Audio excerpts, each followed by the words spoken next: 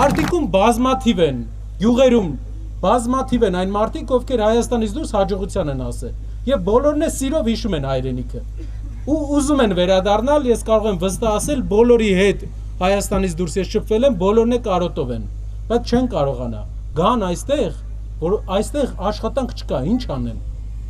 Ինչն է մեր ծրագիրը։ Առաջի բանը Հայաստանի բոլոր համայնքների համար ընտրվելու է զարգացման ծրագիր։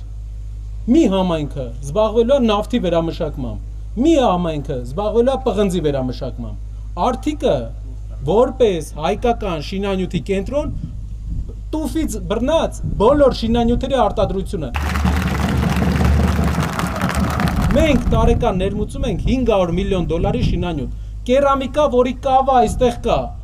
Գիտեմ, որ Փանիկի շրջակայքում դուք ունեք կավի հանքեր այստեղ մենք։ Ամեն ինչ կա, Հայաստանում տասնյակ հարյուրավոր միլիոնների ներմուծվում է այստեղ։ Փոխանակ Հայաստանում արտադրվի։ Իշխանության փոփոխությունից հետո 1 տարվա ընթացքում ծրագիր է առաջարկվելու։ Արդիկի համար առանձին ծրագիր, թե ինչ գործարաններ պետք է լինեն, որ մարդիկ մնան եւ աշխատեն։ Սա է երկիրը ուժեղացնելու ամենահեշտ ճանապարհը։ Կարող ենք մենք էլ բերենք մի քանի փողոց ռեմոնտ անենք,